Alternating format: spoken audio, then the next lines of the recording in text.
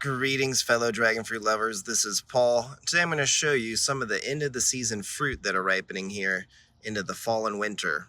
The good, the bad, and the ugly. Now here's some of the good. You can see these Voodoo Child, and they're ripening nicely. They're almost ripe. They do have a little bit of rust. Now that usually happens due to the colder weather in the 40s at night, and then the fact that we get a lot of fog or dew. And you can see that all this moisture just sits on these branches in the fruit, and that can cause rust and other pathogens and even rot. But Solanaceae tend to do the best, I'm noticing, during the cold weather. In fact, look at this Diego's Desert King seedling. Has plenty of fruit ripening. I would expect them to be ripe a little after Christmas or around Christmas. We'll see. It's the first time I've had them set fruit, and they're just coming along nicely. Zero signs of rust or rot on these Solanaceae hybrids, Megalanthus hybrids. Now in addition, Yellow Columbiana, the last one to flower of the season, totally self-fertile, self-pollinating. I did not pollinate these by hand. You can see they set fruit. Now these are going to take 200 days to ripen, but they're doing just fine, as you can see. Again, self-fertile, self-pollinating.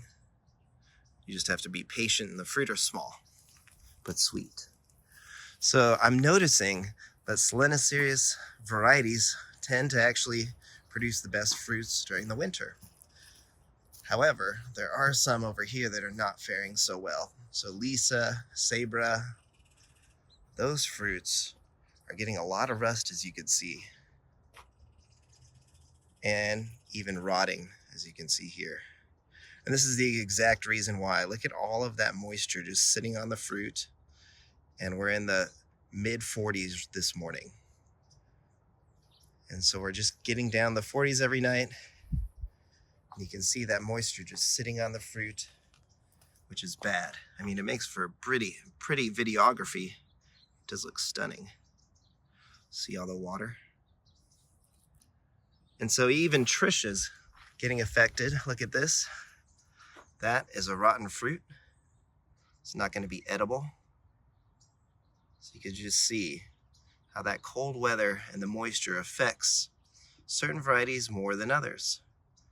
Now, that Trisha fruit's ruined, but look at this one. It's doing just fine. So you could treat it with copper fungicide or neem oil if you really wanted to. I don't do anything. I don't want any chemicals or any things on my fruit. Now, look at this. Pink Panther, Solanaceae DNA, and look at the fruit are looking great. So I'll pick those here in the next few days. Now this Maria Fucsia is doing really well, despite the cold weather. Nice fruit. And you want to look for any cracks on the cone or on the sides. Let's see, Caslau. How are those fruit faring? Seeing similar to Lisa and Sabra, because they have similar DNA, you can see they attract a lot of rust. And that's where it starts. You start with rust, and it can lead to some type of infection or rot on these fruit. But they'll still be edible as long as they don't rot. Now the Assunta DNA, I'm noticing that is also having a problem with the cold weather. My axe just lost a fruit, and this is Oceanside Dragon Fruit's Wrong Kathy Von Aram.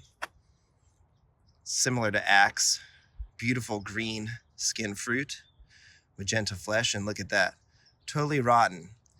Now what I'm noticing on this, on Assunta, at least in my experience, is that the fruit is okay on the sunny side, and it's rotting on the inside. See that?